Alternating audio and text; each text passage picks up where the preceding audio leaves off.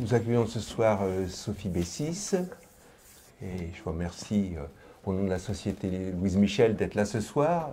Je remercie aussi le Maltais Rouge qui nous offre cette salle pour cette discussion avec Sophie. Je ne vais pas présenter Sophie Bessis, je crois que tout le monde la connaît. Simplement, donc on va aller directement dans le vif du sujet, si je puis dire. La façon dont on va procéder, à la demande de Sophie, c'est pas une conférence où elle va parler pendant 20-30 minutes, mais plutôt un échange ici, à cette table. Je vais essayer de poser des questions pertinentes. Et puis après, on aura un moment de débat sur les trous ou les angles morts de notre discussion. Alors, ce petit livre, pour moi, c'est assez difficile de le présenter parce que je suis tellement d'accord avec ce livre que j'ai pas l'impression, j'ai posé des questions qui avanceraient et qui deviendraient une sorte de complaisance. Mais enfin, bon.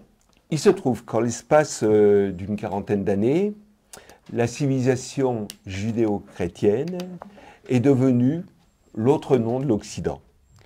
Ce nouveau mythe des origines a renvoyé aux oubliettes le mythe de nos humanités gréco-latines d'autrefois et ce que Sophie appelle le grand remplacement, non sans ironie. Donc, comment s'est opéré ce grand remplacement? Sophie écrit « Son succès sans équivalent ne peut s'expliquer que par un triple processus d'occultation, d'appropriation et d'exclusion qu'autorise son emploi systématique. » Avant de revenir sur ces trois termes, je voudrais vous poser la question toute simple. Comment s'est imposé ce binôme judéo-chrétien dans l'espace politico-médiatique, mais y compris intellectuel, et quelles sont ses origines? D'abord, merci d'être là, merci de m'avoir invité, merci d'être présent. Je vais essayer d'expliquer un peu tout cela. Alors, votre première question, je ne peux pas y répondre de façon exact, pour la raison qu'il n'y a jamais une date de naissance précise pour ce type d'intrusion d'une expression, d'un concept. Je précise que la civilisation judéo-chrétienne, ce n'est pas un concept, c'est une formule. Donc, mais ça peut... Donc, je ne peux pas le dater précisément. Ce que je peux dire, c'est que le terme de judéo-chrétien n'a pas surgi de rien, évidemment. Il y a toute une histoire, mais qui n'a rien à voir avec son emploi d'aujourd'hui, toute une histoire d'occurrence savante de ce terme, bien entendu. Depuis l'Antiquité, d'ailleurs, depuis après tout, jusque vers le 8e, 9e siècle après Jésus-Christ, on a eu ce qu'on appelle des sectes judéo-chrétiennes, c'est-à-dire des sectes chrétiennes qui ne s'étaient pas totalement détachées du corpus théologique juif, et qu'on appelait judéo-chrétien. Jusqu'à la fin du IIe siècle après Jésus-Christ, c'était extrêmement courant, disons que le détachement du christianisme de sa matrice a pris quelque temps, ça s'est pas fait tout de suite. Voilà. Donc, ce terme existe dans le vocabulaire savant, dans le vocabulaire théologique, dans le vocabulaire religieux. Mais c'est tout. Mais c'est tout, il n'existait pas ailleurs. Et petit à petit, effectivement, et je trouve que votre formule dans la présentation est excellente, je n'y avais pas pensé, mais je vous la piquerai dans d'autres interventions, si j'ai l'occasion d'en faire, c'est de dire c'est le nouveau nom de la civilisation occidentale. Et c'est tout à fait vrai. C'est tout à fait vrai. Et c'est ça qui est extrêmement nouveau. C'est-à-dire... je date son intrusion dans l'espace public, dans l'espace médiatique, dans l'espace politique, dans l'espace public, du début des années 1980. Ce qui n'est pas totalement un hasard. C'est pas totalement un hasard, effectivement. Je dis que quand j'étais à l'école, tout simplement. Ben, on m'a toujours appris que la civilisation européenne était gréco-latine. Personne ne parlait de judéo-chrétien. Et tous les gens de ma génération doivent certainement s'en souvenir. Et si on regarde les manuels scolaires, c'est civilisation gréco-latine. Cela dit, bien évidemment, et je reprendrai un peu la formule d'Emmanuel Lévinas à cet égard, qui dit en gros que la civilisation européenne est fille de la Grèce et de la Bible. C'est vrai, effectivement. On peut dire que la civilisation européenne est fille de la Grèce et de la Bible. Avec d'autres apports, je ne vais pas faire une histoire, évidemment, là, de la civilisation européenne. Mais comment est-elle devenue judéo-chrétienne? Il y a, je crois, et il faut mettre ça dans le pot de cette émergence, disons, à partir justement de la fin des années 70, du début des années 1980, le vocabulaire de ce retour est assez diversifié, mais il y a un retour au religieux d'abord, ou ce que d'autres ont appelé un recours au religieux. C'est-à-dire qu'à partir du moment où on constate l'épuisement de cette grande utopie laïque qu'a été le communisme, son effondrement, sa ruine, eh bien, la politique comme la nature ayant horreur du vide, ce vide a été rempli par un retour du religieux. Et ce n'est pas tout à fait un hasard si, eh bien, cette matrice gréco-latine qui avait été, c'est aussi un mythe, comme vous le dites bien sûr, un mythe a toujours une part de réalité, c'est aussi une part de réalité, eh bien, on a substitué un binôme dont le référent est purement religieux, judéo-chrétien.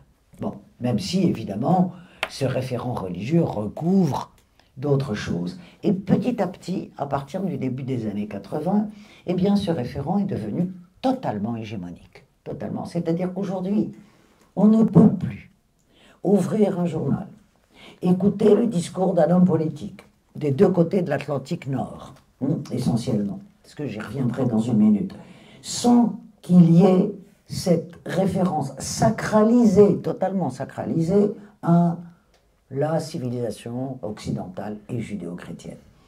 Pourquoi je trouve votre formule très, très, très bonne de l'autre nom de l'Occident? Parce que il y a d'autres grandes aires, A-I-R-E-S, chrétiennes dans le monde. Je pense à l'Amérique du Sud, qui est très largement chrétienne, les différentes versions du christianisme. Je pense à l'Afrique centrale et australe, qui est très largement chrétienne également, différentes versions du christianisme. On ne parle jamais de judéo-chrétien, on parle de christianisme. Je veux dire, vous ne verrez jamais, à de très rares exceptions près, un discours brésilien ou colombien ou congolais ou angolais qui parle de judéo-chrétien. Donc, vraiment, c'est un monopole de l'Occident. Quand je parle d'Occident, évidemment, il s'agit des deux rives de l'Atlantique Nord, essentiellement. Voilà. Et donc voilà les conditions de son apparition. Et effectivement, ça a été tellement pratique pour tellement de monde, cette trouvaille sémantique, épistémologique, idéologique surtout, ben, ça a été tellement pratique que, eh bien, cette formule a eu le destin d'un triomphe auquel on assiste aujourd'hui. Il y a une vingtaine d'années, Yvan Segré avait évoqué le travail d'un certain nombre d'intellectuels juifs. Il avait nommé ce travail la réaction philosémite. Et il avait montré que, en fait, cette réaction philosémite avait repris à son compte le slogan de l'extrême droite dans les années 30, c'est-à-dire la défense de l'Occident. C'est pour ça que j'ai évoqué aussi un tour de passe-passe ou un tour de bonneto. On a 3 gobelets, lequel va sortir, et selon les possibilités, on va sortir celui-là.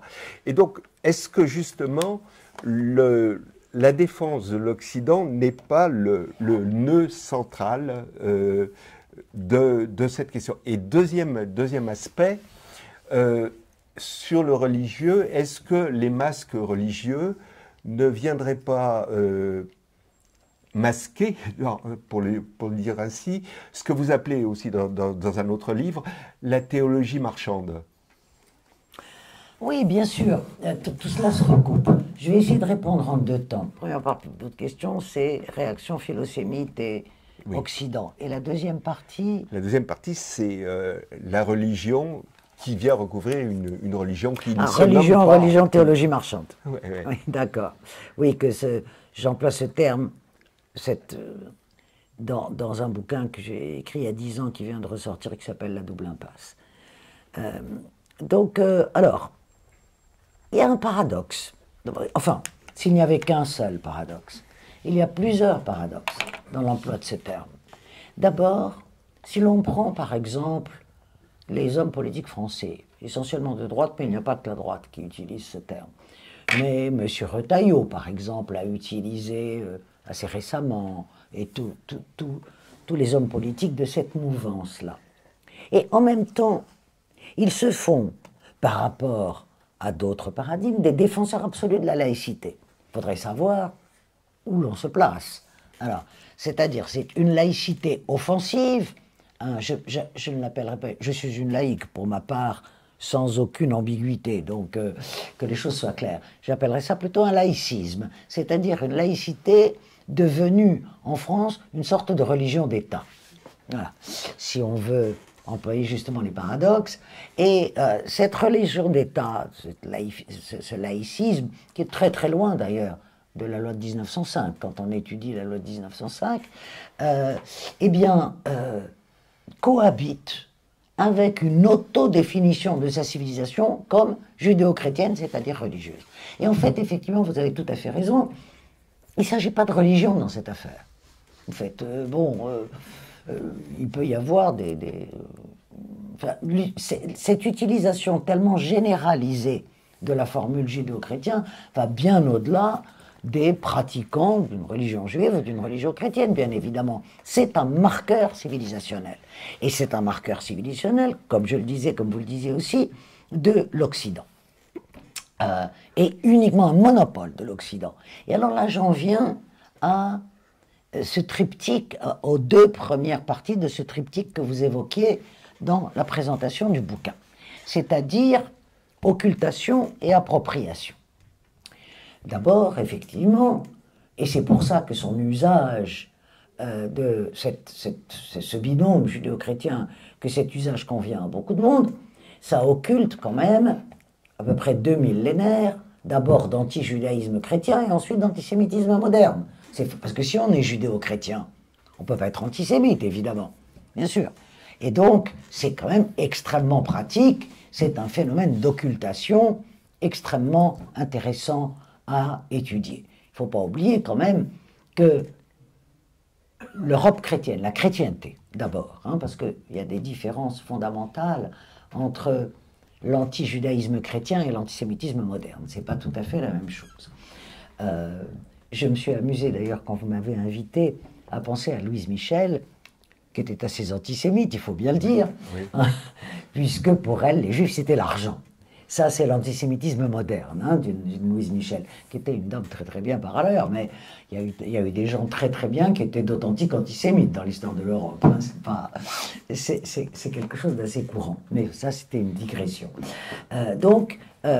Effectivement, c'est d'abord une occultation. Oui. Une occultation de cette longue histoire de l'antisémitisme, et il ne faut pas oublier que la première altérité à laquelle s'est confrontée la chrétienté, c'est l'altérité juive. C'était l'archétype de l'autre dans l'Europe chrétienne, c'était le juif. C'était l'autre. Et le juif était renvoyé à son Orient. C'est-à-dire, le juif, c'était l'oriental.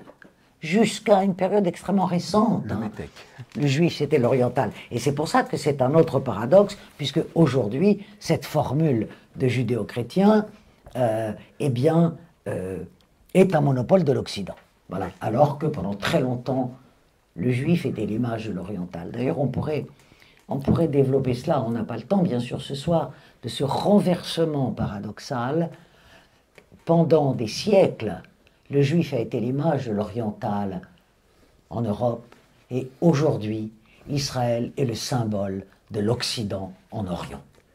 C'est quand même quelque chose qui est extrêmement intéressant à étudier.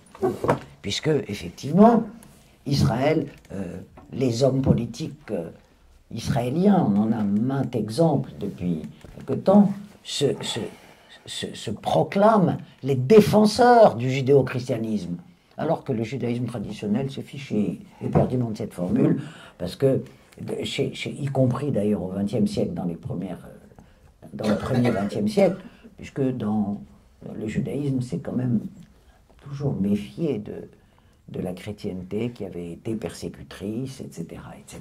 Donc il y a ce renversement. Aujourd'hui, Israël, c'est l'Occident, alors que le juif a toujours été l'Orient.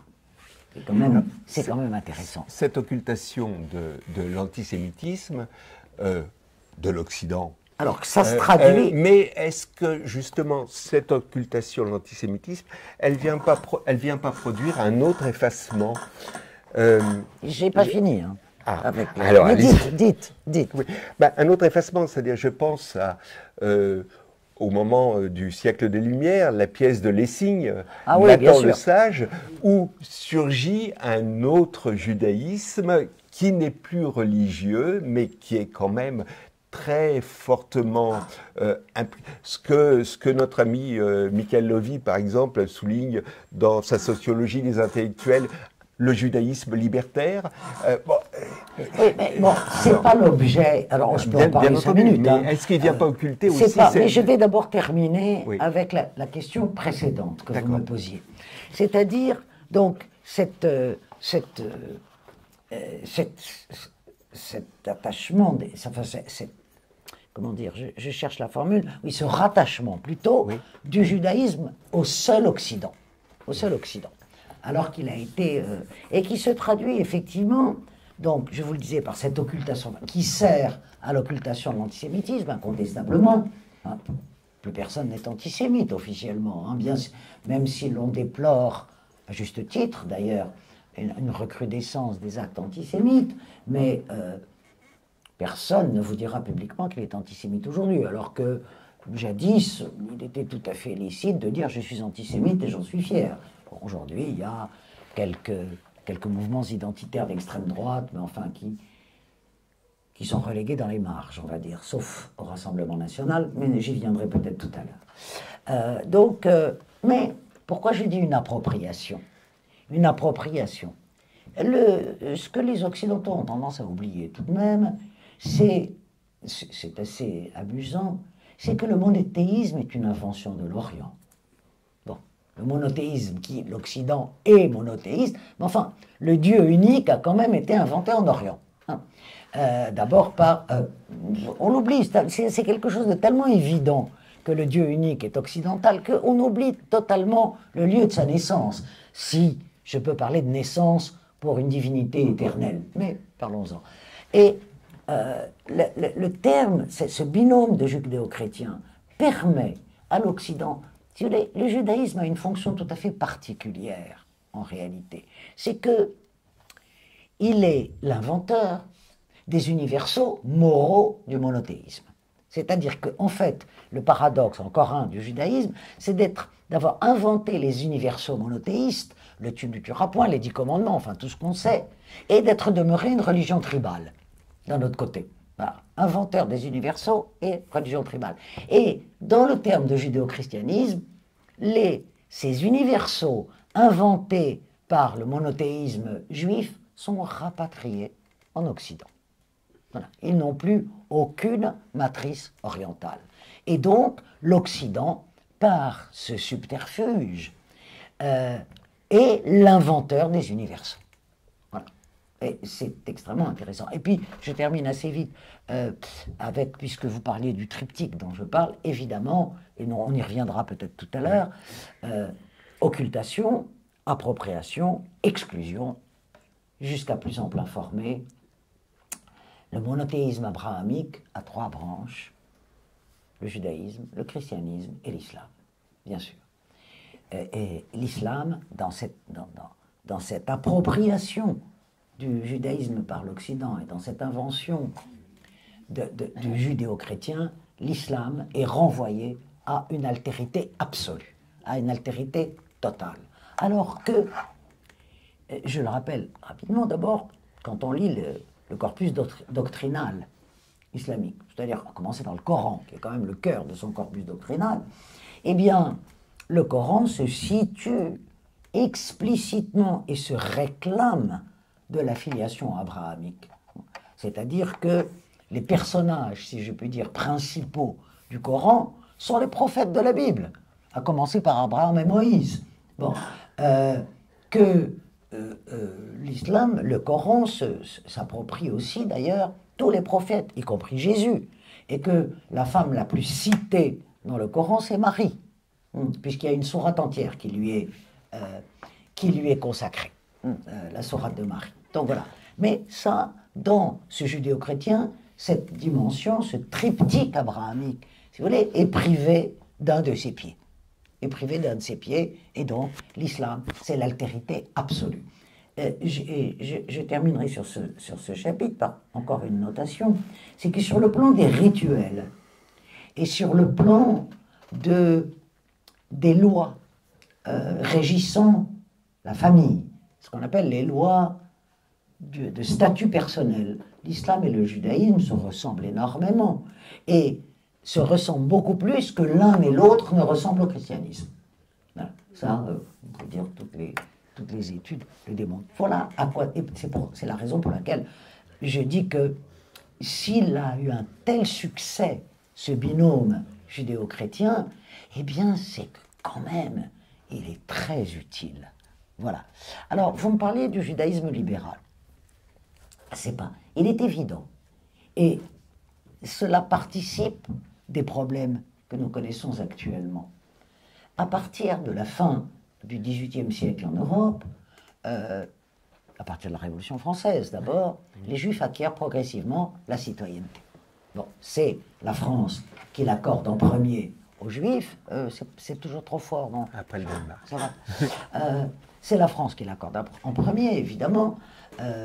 On connaît tous les débats en France à l'Assemblée nationale, qui sont des débats tout à fait passionnants d'ailleurs pour comprendre la politique française, y compris aujourd'hui.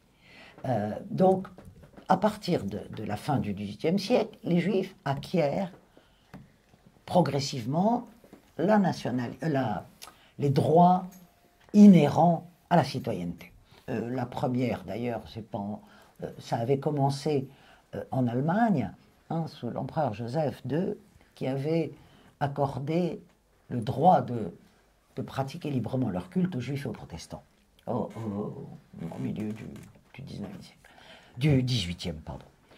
Donc, et par cette opération d'acquisition de la citoyenneté, qui est acquise partout, sauf dans l'Empire russe, où il faudra attendre la Révolution d'octobre pour que les Juifs de la zone de résidence, de ce qu'on appelait la zone de résidence, acquièrent la pleine citoyenneté. On sait à quel point ils avaient participé, ils avaient été des chevilles ouvrières du mouvement communiste.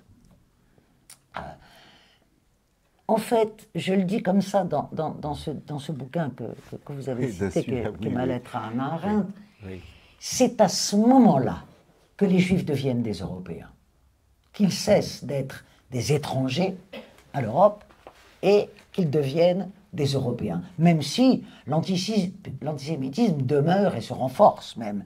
Bon, la thèse d'Hannah Arendt, c'est que l'antisémitisme, justement, moderne, est dû au fait que les Juifs deviennent des Européens, est dû au fait que les Juifs deviennent les mêmes. Et à ce moment-là, l'antisémitisme moderne éclate. Bon. Donc, c'est cette thèse qui est partiellement juste. Bon, il y a des choses avec lesquelles je suis d'accord, des choses avec lesquelles je ne suis pas. Donc, les Juifs deviennent des Européens, oublient leur Orient, et oublient qu'il existe tout de même des Juifs en Orient. Bon, ça, c'est quelque chose. L'existence de Juifs d'Orient est totalement occultée par le judaïsme que vous appelez, à juste titre, le judaïsme libéral européen. Et à partir du moment où ils acquièrent la citoyenneté, il joue un rôle intellectuel central en Europe, jusqu'à l'avènement du nazisme. Oui, Hein. bien sûr. Un rôle intellectuel central, Oui. et un rôle intellectuel dans les sphères les plus libérales. Il y a d'ailleurs en Allemagne ce qu'on a appelé la Haskalah, qui est le mouvement des Lumières juives, avec Mendelssohn, etc. Oui, Mendelssohn, bien sûr. oui. Hein. Contemporain Donc, voilà. de Lessing. Comment? Contemporain de Lessing.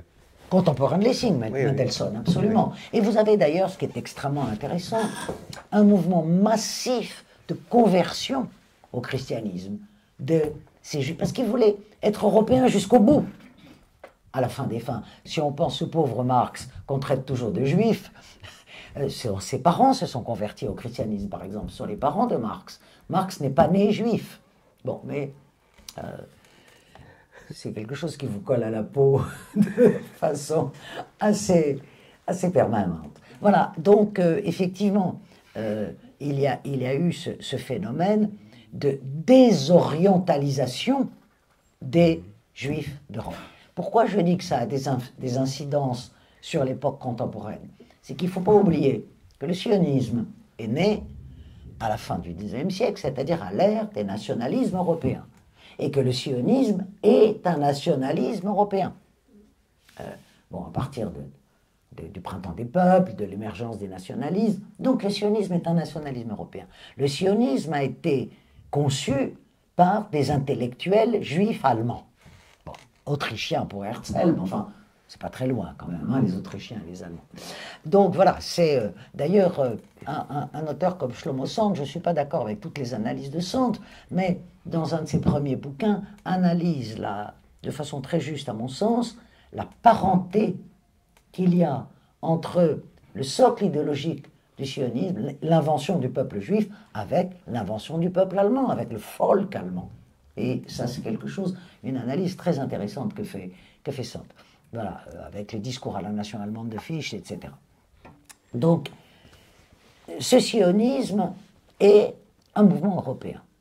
Et le foyer juif, d'abord de 1917, puis l'État juif de 1948, sont créés par des juifs européens qui se sentent européens, qui se considèrent comme européens et qui partagent l'habitus intellectuel et politique européen. Voilà. Et donc, évidemment, pourquoi je dis cela a une incidence, c'est-à-dire que les discours que l'on entend aujourd'hui de la part des dirigeants israéliens, et pas seulement de l'extrême droite, hein. Ça a été le discours de ce qu'on a appelé les Ashkénazes pendant des années. Nous sommes l'Europe. Bon, aujourd'hui, on en rajoute une couche, si vous voulez. En Israël, c'est nous sommes l'Occident et nous luttons contre la barbarie, nous vous aidons à lutter contre la barbarie. C'est-à-dire que, malgré ce qui se passe aujourd'hui à Gaza, M. Netanyahou a le culot, l'indécence, l'obscénité de dire qu'il se bat contre la barbarie.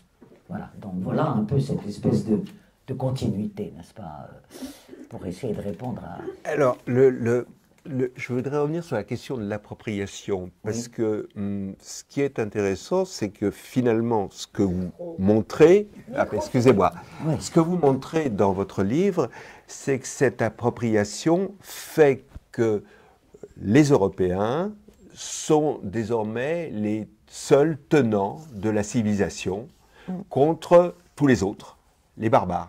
L'Occident et les autres, qui est le titre d'un de vos livres, oui. C'est-à-dire qu'il y a vraiment une coupure du monde et une coupure de tout ce qui, dans la civilisation européenne, vient d'ailleurs, forcément. Certes. Alors ça, ce phénomène d'appropriation qui fait que, en quelque sorte, l'Europe est à la fois le héros et les héros de la civilisation, et dont sont exclus tous les chemin. Autres. Voilà. Alors, évidemment, ce n'est pas forcément rattaché à la formule judéo-chrétienne, ce que vous dites. Mais c'est intéressant dans un autre sens. On peut l'aborder d'une autre façon. Si l'on regarde l'histoire de la chrétienté européenne, vous aurez peut-être deviné que je suis historienne, donc je reviens... Pour ceux et celles qui ne le savaient pas, donc je reviens toujours au passé. C'est pour ça qu'on vous habite. Voilà. Donc, si l'on revient, en fait, je parlais tout à l'heure du triptyque du monothéisme abrahamique, en disant que le judaïsme avait conçu les universaux moraux, mais était restée une religion tribale. Contrairement au christianisme et à l'islam, qui sont deux religions à prétention universelle. Le christianisme comme l'islam sont faits pour tous les hommes. Et c'est la raison pour laquelle, d'ailleurs, ils sont entrés en rivalité, en concurrence tout au long de l'histoire, à égalité. Alors, il ne faut pas oublier. C'est-à-dire que l'histoire de la Méditerranée est une histoire de rivalité entre la chrétienté et le monde musulman, arabo-musulman essentiellement d'ailleurs, parce que le reste du monde musulman n'entrait pas dans cette histoire. Donc, du monde arabo-musulman, auquel il faut rajouter l'Empire ottoman, bien sûr, lequel n'est pas arabe, n'allez pas dire à un Turc qu'il est arabe, surtout, mais voilà, disons, ce vaste monde. Donc c'est une concurrence, c'est une rivalité entre égaux, même si, bien évidemment, les chrétiens, la chrétienté stigmatisait l'islam, et les musulmans stigmatisaient les chrétiens. C'était la règle du jeu, bien entendu. C'est à partir du moment où alors évidemment, on peut dater cela de la Renaissance, mais laissons tomber, on ne peut pas tous raconter ce soir. C'est à partir du moment où l'Europe entre dans sa séquence impérialiste moderne, je ne parle pas du premier impérialisme, c'est-à-dire de l'impérialisme ibérique. Hein, laissons-le pour le moment, il ne fait pas partie de notre propos. Mais dans sa séquence impérialiste moderne. Et sa séquence impérialiste moderne se déploie, parce que les historiens ont souvent besoin de dates de naissance. Prenons la tentative avortée de protectorat de Bonaparte en Égypte, bon, la fin du XVIIIe, mais surtout, la vraie date est quand même le débarquement à Alger en 1830, qui signe évidemment la grande avancée impérialiste. En Angleterre, c'était plus tôt, puisque la Compagnie des Indes, c'est à partir du XVIIIe siècle en Inde, évidemment. Hein. Bon, mais à partir de cette séquence, du début de cette séquence, il y a un phénomène qui est très important. On ne peut pas aller coloniser, exploiter, opprimer des égaux. Donc il faut que les gens que l'on va conquérir, coloniser, exploiter, doivent être inférieurs. Et c'est à ce moment-là que se met en place toute la rhétorique de l'infériorité des habitants du sud de la Méditerranée, et puis plus loin, évidemment, de l'Afrique, puisque les Africains, les Noirs, sont au dernier degré de la race humaine, de ce qu'on appelait la race humaine. Mais les Sémites ne valent pas beaucoup mieux, si vous voulez. Hein. Il n'y a qu'à lire les écrits d'un Renan, ou, bien sûr. Et donc, à ce moment-là, on crée l'inférieur, et on crée la civilisation. Elle arrive à son acmé. Et d'ailleurs, elle est également consolidée par l'invention d'une science, d'une pseudo-science, qui est l'anthropologie raciale, évidemment. Et le 19e siècle est habité par cette anthropologie raciale, c'est la mesure des crânes, les dolichocéphales, les brachycéphales, etc. Et évidemment, donc, l'habitant du sud de la Méditerranée, donc du coup le musulman, bien entendu, devient un inférieur absolu. Donc, et donc à ce moment-là, effectivement, la civilisation occidentale se perçoit. Ça commence bien avant, hein, c'est ce que je décris dans un bouquin effectivement qui s'appelle L'Occident et les autres, dont le sous-titre est Histoire d'une suprématie. Mais c'est à partir de là, évidemment, que vous avez un discours totalement constitué avec ces intellectuels organiques sur la supériorité absolue de la civilisation occidentale. À l'époque, le judaïsme n'est pas rapatrié dans cette civilisation. Hein. Il le sera progressivement. Et c'est à notre époque contemporaine qu'il l'est de plein pied. Oui, alors maintenant, on a vu tout ça dans l'histoire. Et aujourd'hui, les effets et les conséquences de ce... Vous dites que c'est une arme redoutable. C'est une arme redoutable, pourquoi? Pour qui? Et comment vous pourriez... En quoi la déconstruction de ce binôme est importante et qu'est-ce que vous pouvez proposer dans cette déconstruction? Moi, je ne propose rien. J'entends bien. Je suis d'une impuissance totale à ce niveau-là, donc je ne propose rien. Je vous disais qu'il est utile, bien sûr, hein, dans ce phénomène d'occultation, d'appropriation, d'apatriement, si je puis employer ce néologisme, et d'exclusion. Pourquoi aujourd'hui, tout le monde enfin, en Occident, tout le monde s'en réclame? Parce qu'effectivement, il y a, on est entré à partir des années 1990, dans une ère de choc des civilisations. Donc, il a fallu redéfinir les aires civilisationnelles. Et on les a redéfinies en Occident selon ce binôme. Donc, ça, c'est extrêmement intéressant. Mais remontons.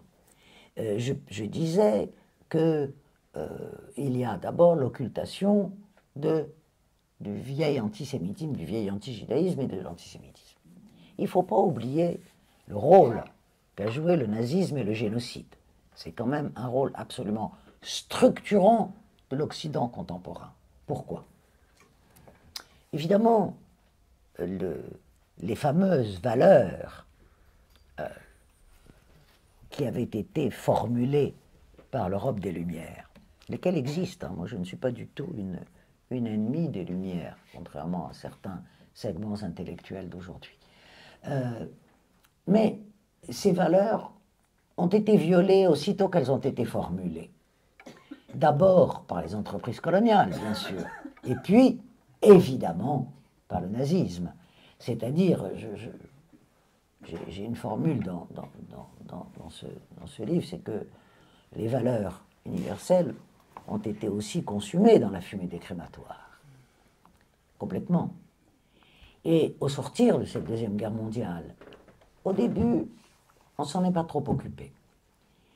Et puis après, surtout à partir du procès Eichmann d'ailleurs, qui a mis l'Europe en face de sa culpabilité. Et je dis bien l'Europe, pas seulement l'Allemagne, car il ne faut pas oublier que le génocide a été effectué avec la complicité active ou l'indifférence de la totalité des pays européens, y compris des États-Unis d'ailleurs. La documentation, enfin, il y a une documentation extrêmement riche sur ces questions-là. Bon, donc, au lendemain, disons, sur le lendemain du génocide, et en particulier du judéocide nazi, puisqu'il y a eu, effectivement, d'autres formes de génocide par les hitlériens, mais le judéocide nazi est évidemment le plus important. Il fallait restaurer cette innocence, ces valeurs occidentales qui avaient été consumées dans la fumée des crématoires. Comment redonner une légitimité et reconstruire ces valeurs? Et il y a eu deux opérations principales pour restaurer ce que j'appelle restaurer l'innocence. Et vraiment, ce terme d'innocence me paraît quelque chose d'extrêmement important. Il fallait restaurer une innocence. Alors évidemment, le premier étage de la restauration de cette innocence, c'était d'aider à la création de l'État d'Israël, mais pas seulement cela, d'aider à toutes ces politiques, c'est-à-dire de soutenir toutes les politiques. Parce que je ne suis pas la seule à l'être d'ailleurs. Beaucoup estiment, comme moi, ou moi j'estime comme beaucoup, que s'il n'y avait pas eu le génocide nazi, il n'y aurait probablement pas eu d'État d'Israël. Bien sûr, le foyer juif date de 1917. Il y aurait eu un foyer juif, probablement. C'est une des convictions d'Hannah Arendt, d'ailleurs, qui dit que elle, dans sa période post-sioniste, si je puis dire, est partisane du foyer juif, mais estimait que le foyer juif n'avait pas à se transformer en État juif. C'est un peu la thèse d'Arendt. Mais donc, soutien à la création de l'État d'Israël et plus tard à toutes les politiques d'expansion. Il ne faut pas oublier que, par exemple, le nettoyage ethnique de 1948 n'a été documenté par personne en Europe et en Amérique du Nord, absolument par personne. C'est quelque chose, ce n'était pas su, ce n'était même pas, c'est pas seulement que ce n'était pas dit, c'était totalement occulté. Il a fallu la nouvelle génération, il y a une trentaine d'années, de ce qu'on a appelé les nouveaux historiens israéliens, pour exhumer le nettoyage ethnique de 1948. Bon. Donc, cette question de l'innocence est très importante. Mais, il fallait pour restaurer cette innocence de l'Occident, que Israël soit la victime. Donc, on aide la victime. Ou l'État créé pour les victimes. L'État créé par et pour les victimes. Pardon. Par et pour les victimes. Mais, pour que cette innocence demeure, il fallait, et il faut toujours, qu'Israël soit éternellement innocent, pour que l'Occident demeure éternellement innocent. Et c'est là que ça sert. Et c'est là que ça sert. Et c'est la raison pour laquelle, à mon sens, il est tellement difficile de dire les Israéliens commettent aujourd'hui un génocide. Parce que le terme de génocide est tellement connoté. Moi-même, dont on connaît les positions sur la question palestinienne, j'ai longtemps parlé de dimension génocidaire, d'intention génocidaire dans l'extrême droite israélienne, mais je n'employais pas le terme de génocide jusqu'à une période relativement récente, tout en parlant de dimension génocidaire, évidemment, et d'intention génocidaire. Bon, parce que le génocide fait passer, si l'on emploie ce terme de génocide, cela fait passer l'État d'Israël du statut de victime au statut de bourreau. C'est un séisme dans l'histoire de l'Occident contemporain, ce passage. Ce serait un séisme si Israël traverse cette frontière de la victime au bourreau. Bon, ce que, d'ailleurs, le régime israélien actuel est en train de faire traverser à ce pays. Et donc, voilà un petit peu aussi, quand on dit judéo-chrétien, eh bien, on exonère aussi, d'abord, on exonère Israël de sa spécificité. On rattache Israël à l'Occident, évidemment, et Israël s'auto-rattache à l'Occident. Et je reviens à ce que vous disiez tout à l'heure. Vous avez employé un mot qui est extrêmement intéressant, celui de philosémitisme. Celui de philosémitisme. Aujourd'hui, on est dans une séquence de philosémitisme absolu, officiel, j'entends. Hein. Je ne parle pas de l'antisémitisme qui existe, mais de philosémitisme officiel des deux côtés de l'Atlantique, en Europe comme de philosémitisme, mais de philosémitisme extrêmement suspect, à mon sens. D'abord parce qu'on est passé d'un antisémitisme incandescent à un philosémitisme tout aussi incandescent, qui sont, à mon avis, les deux faces d'une même monnaie. Les deux faces d'une même monnaie, dans le sens où, qu'on l'aime ou qu'on le déteste, le juif n'est jamais, quand je dis le juif au singulier, je parle d'un archétype évidemment, le juif n'est jamais comme tout le monde. Jamais.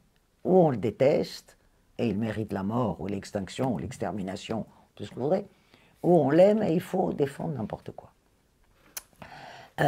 Deuxièmement, ce philosémitisme n'est pas réellement aujourd'hui un philosémitisme, parce que l'antisémitisme demeure, et l'antisémitisme, contrairement à ce que dit la doxa, n'est pas seulement le nouvel antisémitisme des banlieues. Il existe celui-là, hein, moi je ne le nie pas, hein, je ne fais aucun angélisme, mais enfin, le bon vieil antisémitisme européen et français, il est là, il n'est pas mort.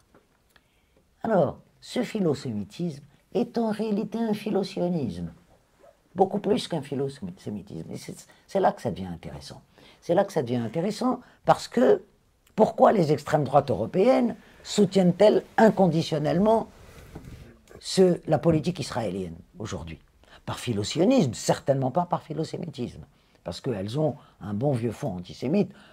D'accord, on sait très bien que le Rassemblement national se dédiabolise, certes, mais enfin, il a quand même été créé par des Waffen-SS. On ne peut pas l'oublier comme ça du jour au lendemain. Voilà. Donc, ce philosémitisme est en réalité un philosionisme. Et c'est en cela que c'est extrêmement dangereux, en fait, ce philosémitisme actuel. Parce que vous savez très bien que la défense de la politique israélienne, la défense de l'État d'Israël, je ne veux pas discuter ici de la légitimité ou pas de son existence. Je crois que ce n'est pas le lieu du débat d'aujourd'hui, et cela appellerait un autre débat extrêmement intéressant d'ailleurs. Bon. Mais ce philo-sionisme des extrêmes droites est extrêmement intéressant dans la mesure, d'abord, ce philo-sionisme et la plupart des dirigeants européens, à commencer d'ailleurs par le chef de l'État français, ont dit que l'antisionisme était la version réinventée de l'antisémitisme, ce qui est totalement faux, évidemment. Je ne veux pas dire pour autant qu'il n'y ait pas quelques antisémites qui se cachent derrière l'antisionisme, évidemment qu'il y en a, bien sûr. Mais enfin, l'antisionisme n'est pas une version réinventée de l'antisémitisme.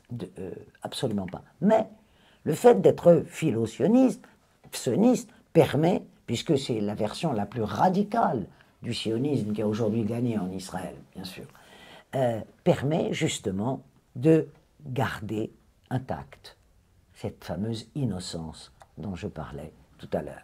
Et puis, il y a autre chose, évidemment, pourquoi les extrêmes droites européennes, de Marine Le Pen à Viktor Orban, sont philo-sionistes, parce que l'extrême droite israélienne et ces extrêmes droites partagent le même corpus idéologique, c'est-à-dire la même conception de la nation, d'une nation ethnique ou d'une nation religieuse. Rappelons la loi organique en Israël de 2018 qui est qu'Israël est l'État-nation du peuple juif. Voilà quelque chose qui rapproche ces extrêmes droites, leur conception de...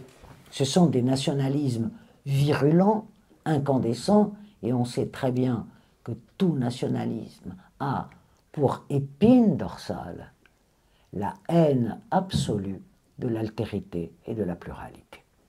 C'est l'épine dorsale de tout nationalisme. C'est pour ça qu'ils se ressemblent tous. Et c'est pour ça qu'ils ont tous, quels qu'ils soient, d'où qu'ils viennent, une capacité de nuisance absolue. Et donc, voilà, donc... Je voudrais rebondir sur la question de l'antisémitisme, parce que j'ai lu récemment un article de Gilles Deleuze,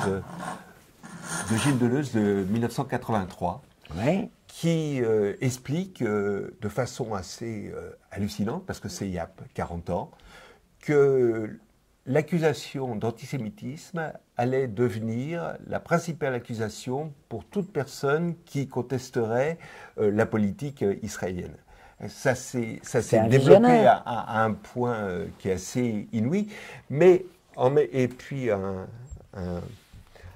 intellectuel américain dont j'ai oublié le nom, qui dit qu'aujourd'hui, on est traité d'antisémite par des antisémites.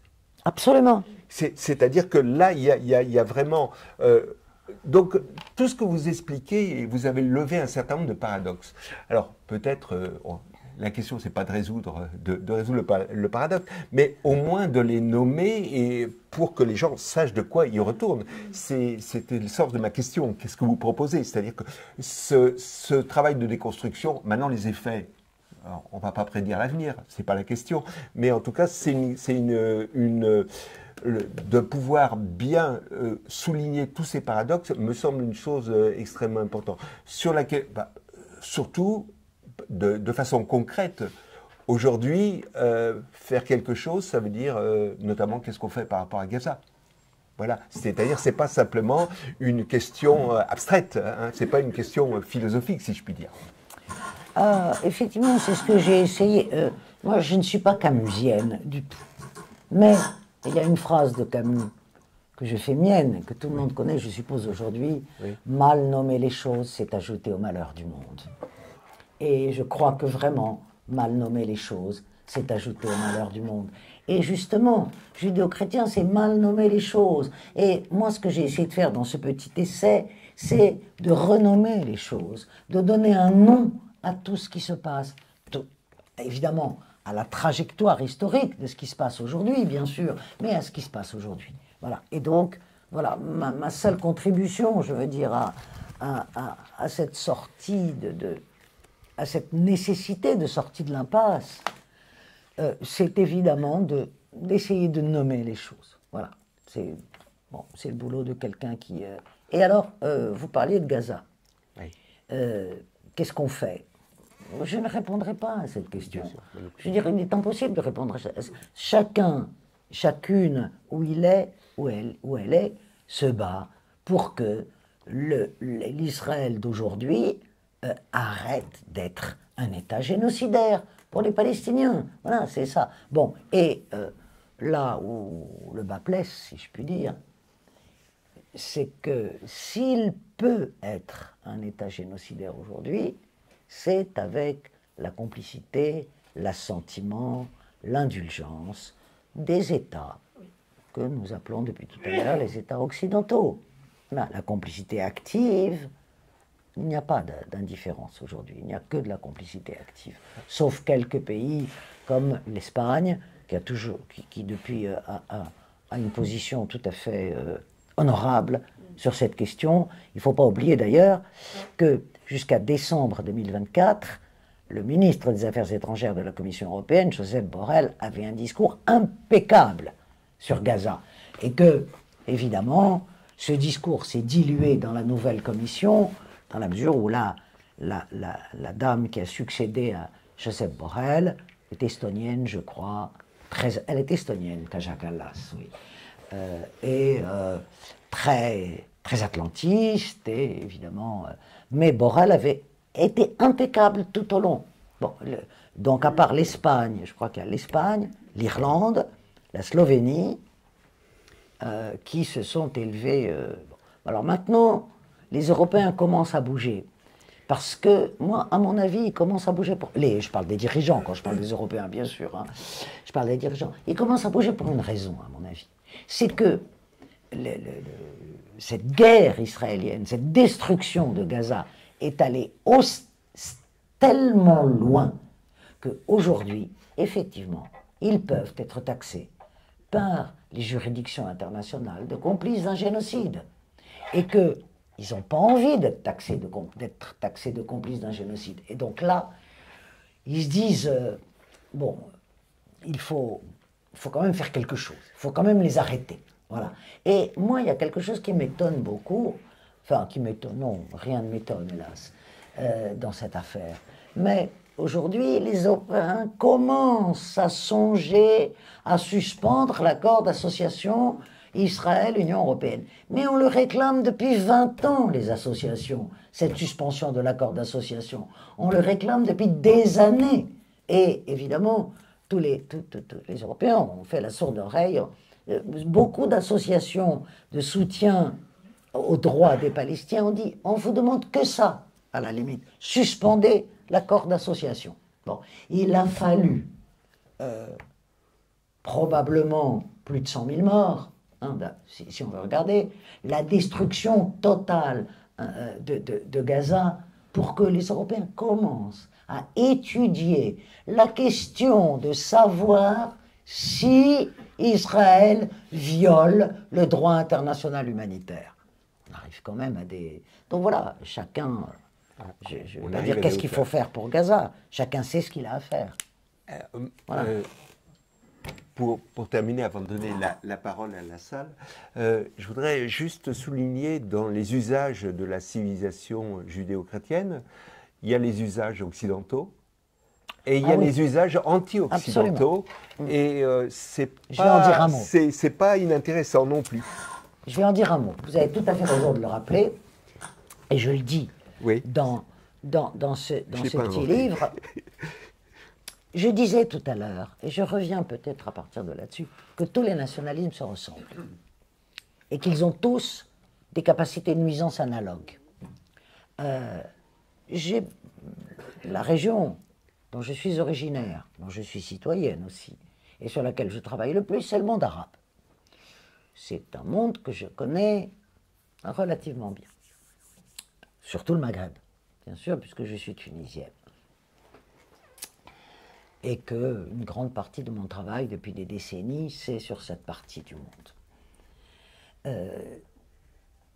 Le nationalisme arabe ressemble à tous les autres nationalismes, l'idéologie nationaliste arabe.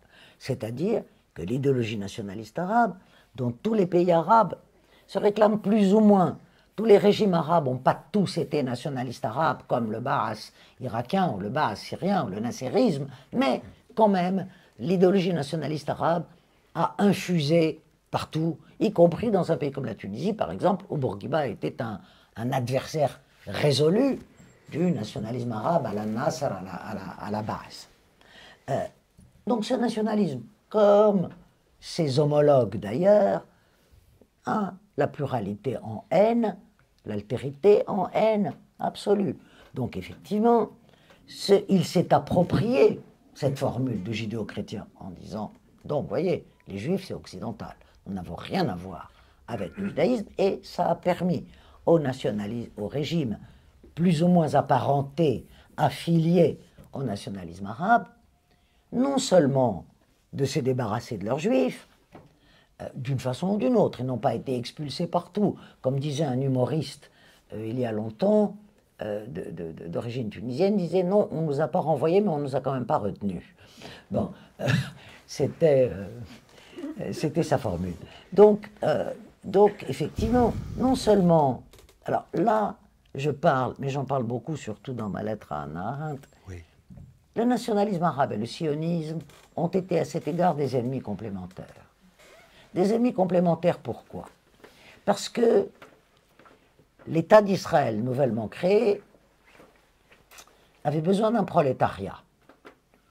La majeure partie du prolétariat européen avait été lui aussi consumé dans les crématoires, avait été exterminé. Le seul prolétariat qui restait, ben, c'était le prolétariat juif arabe, le prolétariat des juifs d'Orient. Voilà. C'est-à-dire de l'Iran à la Turquie, du Maroc au Yémen, on va dire, puisque les premiers qui ont été apatriés, on ne peut pas dire rapatriés en Israël, ont été les juifs yéménites. Vous savez que le Yémen a abrité dans l'Antiquité les plus grands royaumes juifs, en fait, qui ont existé. Donc l'État d'Israël avait besoin de ces juifs. Et il a eu un bras séculier qui s'appelait l'agence juive.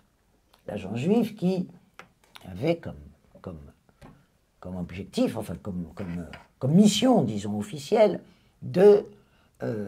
d'aider à ce que les Israéliens appellent la Alia, qui est la montée des Juifs en Israël.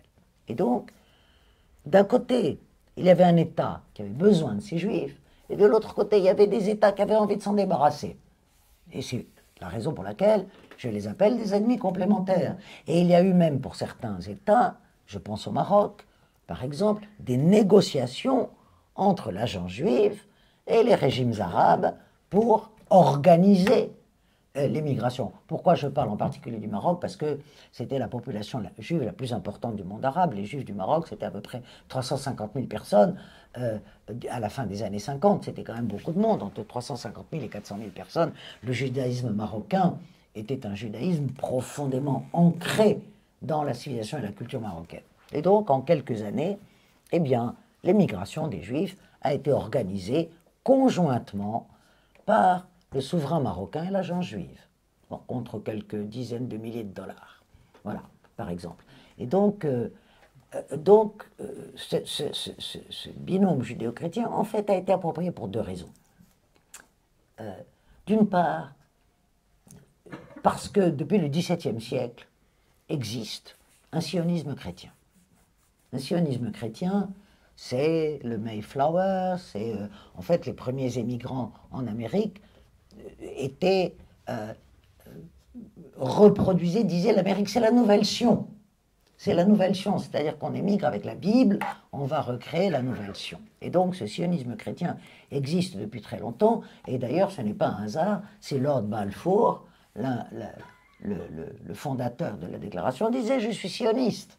Il se réclamait sioniste parce que le sionisme chrétien était très important au Royaume-Uni et aux États-Unis. Ce qui est assez amusant d'ailleurs, c'est que dans le gouvernement britannique de l'époque, le seul qui s'est opposé à la déclaration Balfour était le seul ministre juif du gouvernement britannique. Bon, donc voilà, ça ce sont ce qu'on peut appeler les Russes de l'histoire peut-être. Donc ce sionisme chrétien a permis, parce qu'il a été très offensif, ce sionisme chrétien, et il est à l'origine de la déclaration Balfour, il est à l'origine du foyer juif, il est à l'origine d'un certain nombre. Et donc, en fait, beaucoup d'Arabes, et surtout avec la création de l'État d'Israël, ont dit, en fait, il y a un complot judéo-chrétien contre nous, contre le monde arabe. Donc ça a été une rhétorique qui a été effectivement consolidée par l'existence de ce mouvement sioniste chrétien. Et puis il y a eu, donc comme je le disais, ce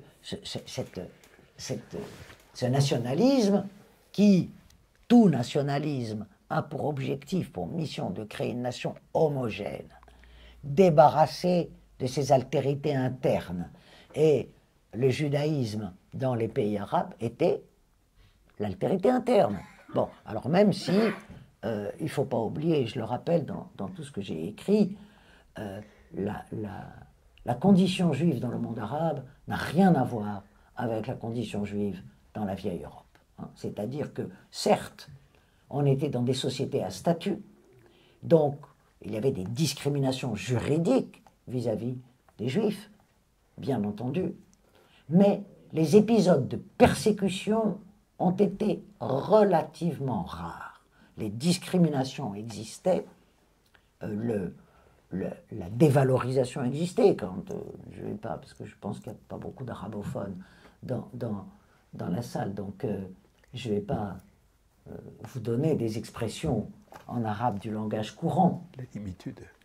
Voilà, mais elles existent. Mais les épisodes de persécution ont été relativement rares. Il y en a eu, à l'époque médiévale, sous le règne des Almohades.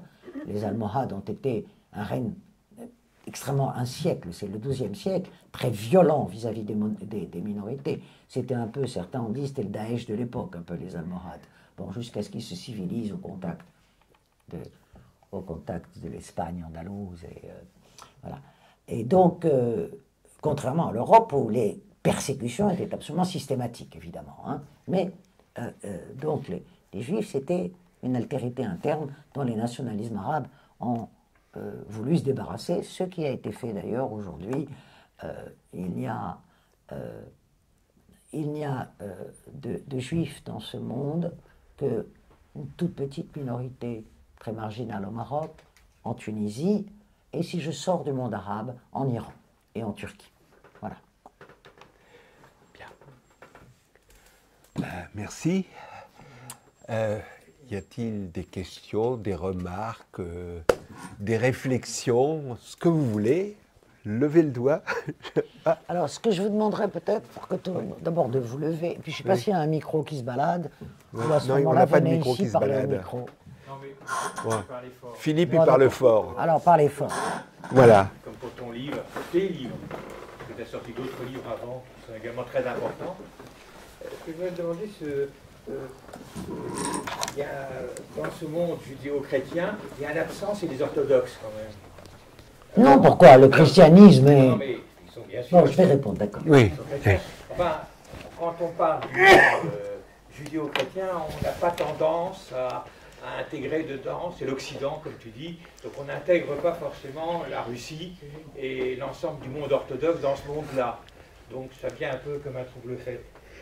Deuxième chose que je voulais te demander, c'est comment est-ce qu'on peut expliquer quand même la bêtise de quelqu'un de très intelligent quand même, qui est Nasser, quand il décide de priver les Juifs, ou de confirmer la privation de nationalité pour les Juifs égyptiens, qui était une grosse communauté très particulière, avec toute une culture très forte, etc., et très liée au milieu populaire juif, était très lié au milieu populaire juif, au milieu musulman populaire. Il y avait vraiment des interactions très fortes, une culture populaire commune, religieuse et populaire commune.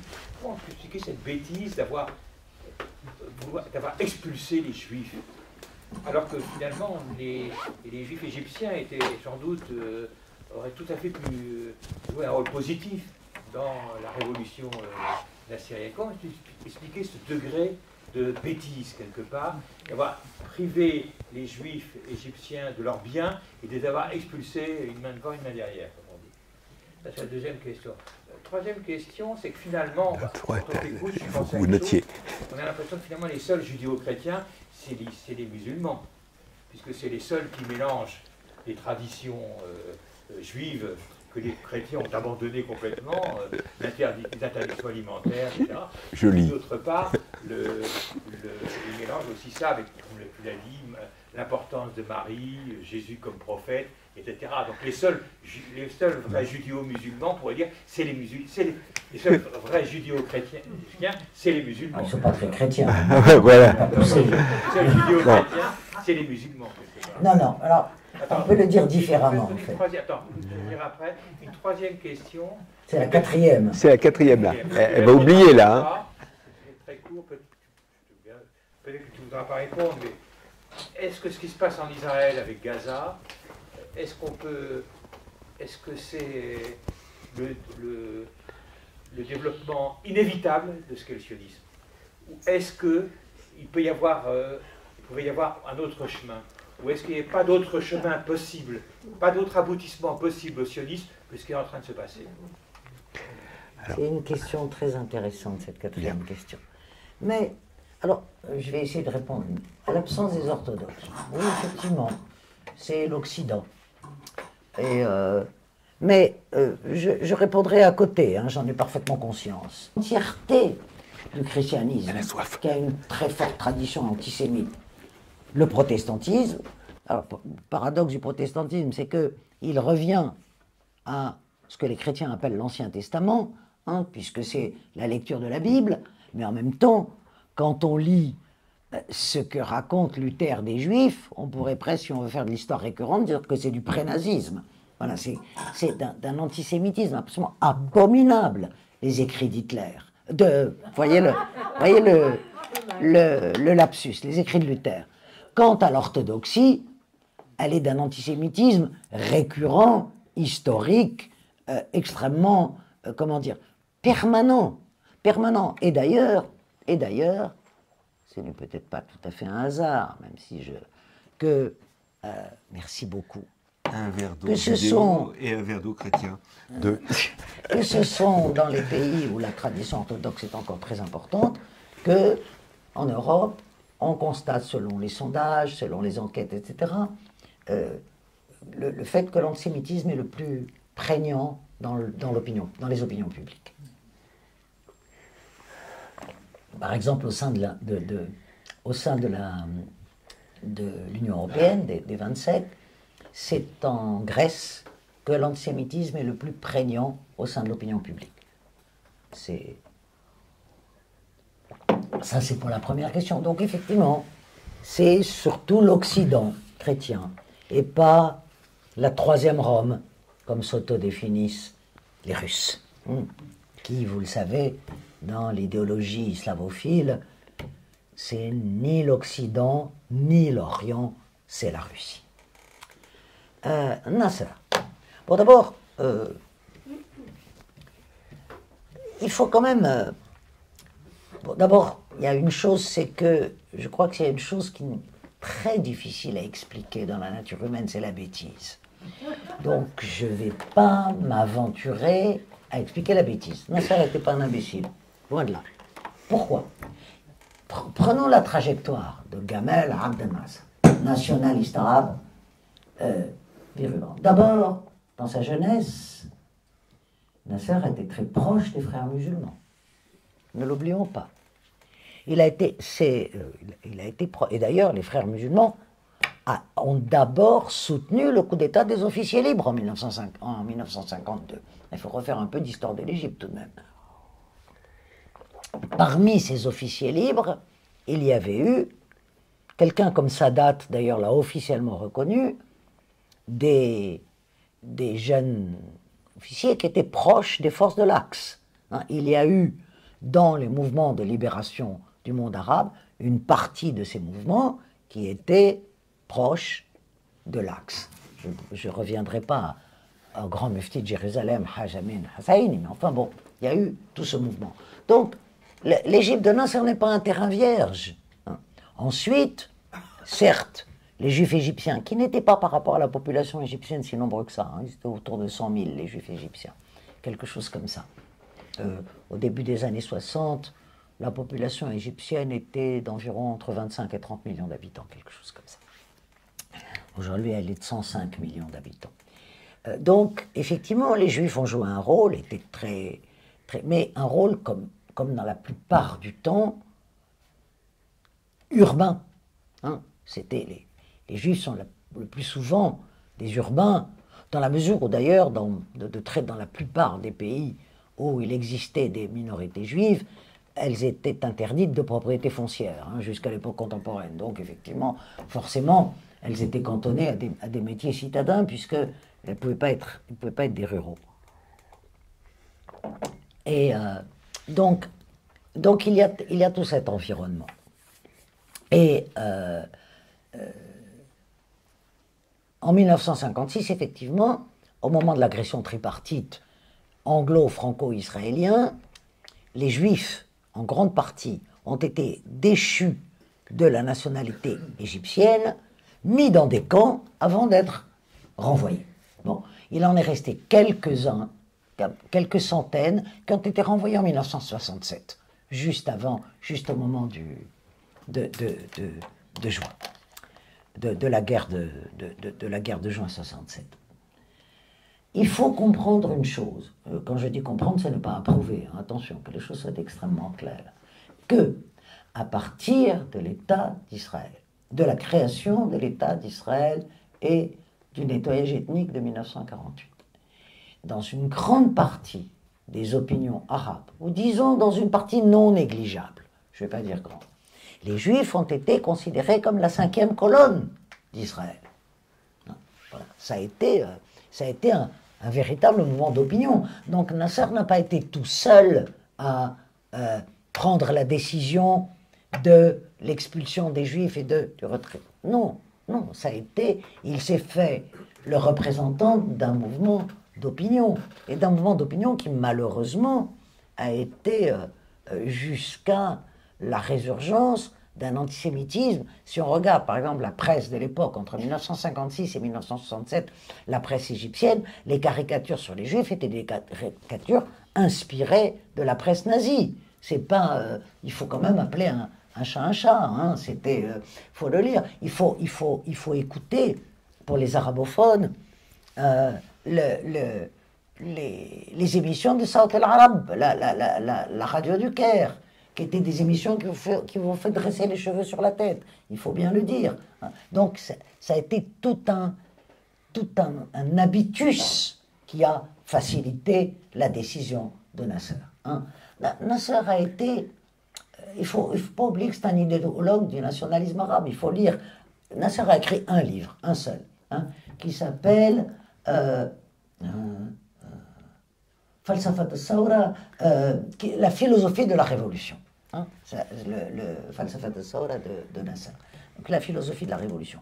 Et donc, dans cette philosophie de la révolution, il assied, disons, les bases de l'idéologie nationaliste arabe. D'autres l'ont fait avant lui, hein, des Irakiens et des Syriens, qui ont été les grands concepteurs du nationalisme arabe, qui n'étaient pas forcément d'ailleurs reliés totalement à l'islam, puisqu'un des grands concepteurs du nationalisme arabe a été Michel Aflaq, l'Irakien syrien, Michel Aflaq, chrétien. Donc voilà, donc dire la bêtise de Nasser, non, je crois qu'il faut remettre cette expulsion des Juifs dans tout un environnement à la fois idéologique et géopolitique. Hein, c'est comme ça que je peux répondre à cette question. Et le judéo-chrétien. Non, il y a eu... non, les musulmans ne sont pas judéo-chrétiens, ça c'est sûr que non. Mais il y a eu ce que l'on peut appeler un moment judéo-musulman. Oui. Par exemple, on peut dire que l'Espagne, l'Andalos, a été un moment judéo-musulman dans l'histoire du monde arabe et des liens. Il y a eu d'excellents bouquins d'ailleurs qui sont parus là-dessus. Hein. Il y a une très large bibliothèque sur ces questions-là, sur les liens effectivement entre juifs et musulmans, et sans sacraliser la légende dorée de l'Andalousie. Hein. Bon, la légende noire et la légende dorée, ce sont des légendes. Mais il y a eu ce moment judéo-musulman incontestablement, qui aujourd'hui a disparu, il faut bien le dire, a disparu. Il en reste des traces, il y a des reconstructions, rien ne disparaît jamais totalement en histoire. C'est pour ça que l'histoire est quelque chose de... Alors, ta dernière question, développement inévitable du sionisme, c'est une vraie question, vraiment. Il y a eu, au moment de la naissance et du développement du sionisme, c'est-à-dire, disons, entre la fin du XIXe siècle et les années 1930 à peu près, il y a eu incontestablement un sionisme libéral. Il a existé, oui. Les Judas Magnès, enfin, il y a eu beaucoup de philosophes, de théoriciens qui se sont fait les apôtres, sans jeu de mots évidemment, d'un sionisme libéral, en disant il faut qu'on apprenne à vivre avec les Arabes. Voilà, ils sont là, donc on ne peut pas les virer, il faut qu'on vive avec eux. C'est une Anne Arendt, un Martin Buber, enfin, beaucoup ont essayé de trouver des arrangements. Voilà. Et il y a eu même les accords Faisal-Weizmann, enfin bon, c'est pas pour rien que les extrémistes sionistes d'ailleurs ont assassiné tous les partisans d'un accord avec les Arabes. Ils ont été assassinés un par un. Bon, du comte Bernadotte, ils ont été assassinés un par un. Parce que justement, il y a eu le sionisme extrémiste, dont je le rappelle, pour ceux et celles qui ne le sauraient pas, Netanyahou est issu de cette matrice. Son père était le secrétaire de Jabotinsky, c'est-à-dire l'idéologue du sionisme radical. Donc, c'est dans cette matrice idéologique qu'a été élevé Netanyahou. Donc, ce n'est pas étonnant non plus qu'il soit un sioniste radical. Donc, il y a eu ce moment. Maintenant, en fait, l'objet du sionisme, ça, son péché originel, si je puis dire, et qui voulait créer un pays à la place d'un autre. Ce n'est pas de ce côté-là un colonialisme classique. Je veux dire, la France, tu sais, qui a commis des exactions tout à fait épouvantables dans un pays comme l'Algérie, prenant le pays qui a été le plus longuement colonisé, 132 ans, ne voulait pas créer un pays à la place d'un autre. C'était une colonie de peuplement, certes, mais voilà, les Arabes étaient exploités, étaient opprimés, les Algériens, mais il ne s'agissait pas là, c'était la volonté de créer un pays à la place d'un autre. Et je vais le formuler sous forme de point d'interrogation, parce que je n'ai pas de réponse.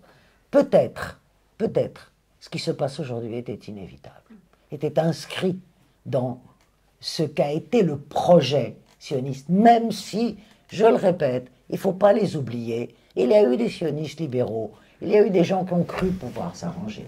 Mais la question qu'on peut se poser, est-ce que c'était inscrit? Peut-être que oui. Ouais. Je ne sais pas si je vais parler assez fort. Oui. Je voudrais juste enchaîner par rapport à la question sur ce que vous avez dit. C'est quand même pendant le premier quart du XXe siècle, il y a eu une bataille idéologique entre les sionistes libéraux et les autres, mais ils n'ont jamais eu le pouvoir. Ils étaient pris entre deux feux, entre les sionistes dits de gauche et les Jabotinsky, mais ils n'ont jamais eu le pouvoir. Donc finalement, le nationalisme juif, sioniste a pris, et on a des déclarations de Ben Gurion et d'autres dirigeants qui disent, bien sûr on a pris leur terre, c'est normal qu'ils nous envahissent, mais donc c'est par la guerre qu'on y arrivera, et par la guerre jusqu'au bout. Je ne peux que... Et les Palestiniens. Mais j'ai une question, parce que vous avez bien rappelé comment les peuples arabes, à partir de la Nakba, de la création de l'État, de la guerre de 67, ils n'en pouvaient plus. Donc effectivement, c'est aux Juifs qu'ils en ont voulu, ça se comprend. Non, ça ne se comprend pas. Non, ça s'explique, ça ne se comprend pas, mais ça s'explique. Parce qu'ils ont fait une assimilation entre Juifs et Israël. Mais c'est une assimilation erronée. Oui, mais c'est ce qui se passe aussi aujourd'hui, quand il y a encore de l'antisémitisme. Non, aujourd'hui c'est différent. Ah, il y a encore... Non, terminez, pardon. Vous allez me répondre c'est différent, mais je voulais vous demander, si vous pensez pas justement qu'il y a une ressemblance entre un certain antisémitisme qui s'est développé à ce moment-là dans les pays arabes et un antisémitisme, pas seulement dans les pays arabes, un antisémitisme même en France, qui est marginal. Ce n'est pas l'antisémitisme dont on parlait, qui est masqué par le philosémitisme, mais l'antisémitisme un peu de base, est-ce qu'il n'est pas inspiré par cette assimilation entre Israël et le monde juif? Alors, dans le monde arabe, comme en Europe, si je puis dire, Oui. on est passé d'un anti-judaïsme traditionnel, qui a toujours existé. L'anti-judaïsme traditionnel, je parlais tout à l'heure des formules, je ne vais pas vous les donner parce qu'elles n'existent qu'en arabe, mais il y a toujours eu cet anti-judaïsme traditionnel qui n'excluait pas des formes de coexistence, de cohabitation, dans des sociétés à statut, comme je le disais tout à l'heure, et dans sociétés, évidemment, la règle des sociétés à statut, il n'y en a qu'une, c'est l'endogamie absolue. Bon, donc dans des sociétés totalement endogamiques. En fait, il n'y a eu que chez les communistes qu'on a cassé les codes endogamiques, complètement. Comme dans le mouvement communiste international, dans le mouvement communiste arabe, il y a eu énormément de juifs. Beaucoup, dans tous les partis communistes arabes. Donc, il y avait cet anti-judaïsme traditionnel. Bon, qui était plus ou moins virulent, ça dépendait des époques. Et puis, en général, les souverains étaient institutionnellement des protecteurs, puisque, en fait, si on prend le mot arabe, le statut de la dhimma, les dhimmi, c'est ce qu'on appelle le statut de la protection. Bon. C'est le statut de la protection, le statut juridique de la protection. C'est-à-dire que les minorités, ce que les musulmans appellent Ahl al-Kitab, c'est-à-dire les gens du livre, les juifs et les chrétiens, ils sont les gens du livre, c'est-à-dire qu'ils ne sont pas des païens aux yeux des musulmans, mais ils ont eu le tort de ne pas reconnaître le scellement de la prophétie par le prophète Mohammed. Donc ils n'ont reçu qu'une partie de la révélation et ils ont refusé de recevoir la révélation complète. Voilà ce que c'est les gens du livre. Bon. Et donc, dans la mesure où ils n'étaient pas des païens, contre le paiement d'un impôt spécifique, la jizya, ils pouvaient pratiquer leur culte et être régis sur le plan des statuts personnels par les statuts personnels. Voilà. Et ils étaient théoriquement protégés par le souverain, par le calife ou par le bey, après à l'époque ottomane, etc. Voilà le statut. Alors évidemment, c'était très fluctuant.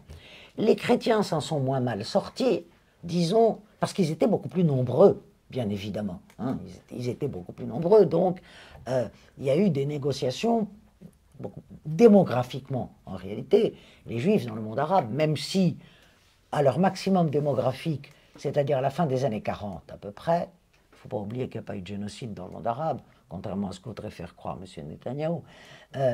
Donc, à la fin des années 40, ils étaient à peu près 1 million. Voilà, en gros. Hein.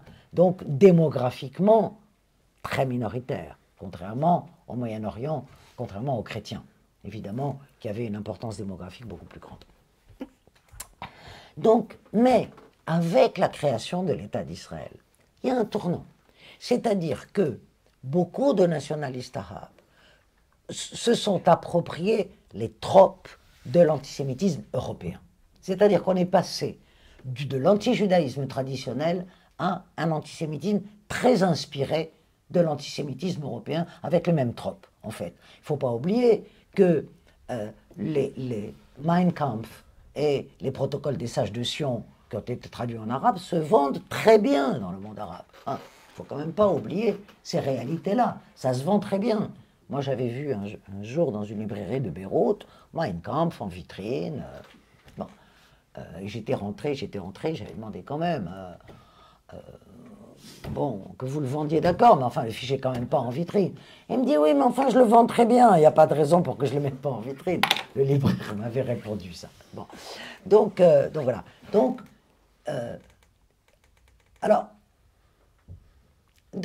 je suis d'accord partiellement avec vous, c'est-à-dire que il est évident que la prétention, d'abord, de l'État d'Israël a représenté tous les Juifs, et une catastrophe pour les Juifs du monde, à mon sens. Et celui qui l'a le mieux expliqué, je crois, c'est Sylvain Sipel, qui a écrit un bouquin qui s'appelle L'État d'Israël contre les Juifs, et qui est un bouquin extrêmement intéressant, qui explique pourquoi la politique de l'État d'Israël est un facilitateur d'antisémitisme. Bon, donc, Sipel l'explique très bien. Pour autant,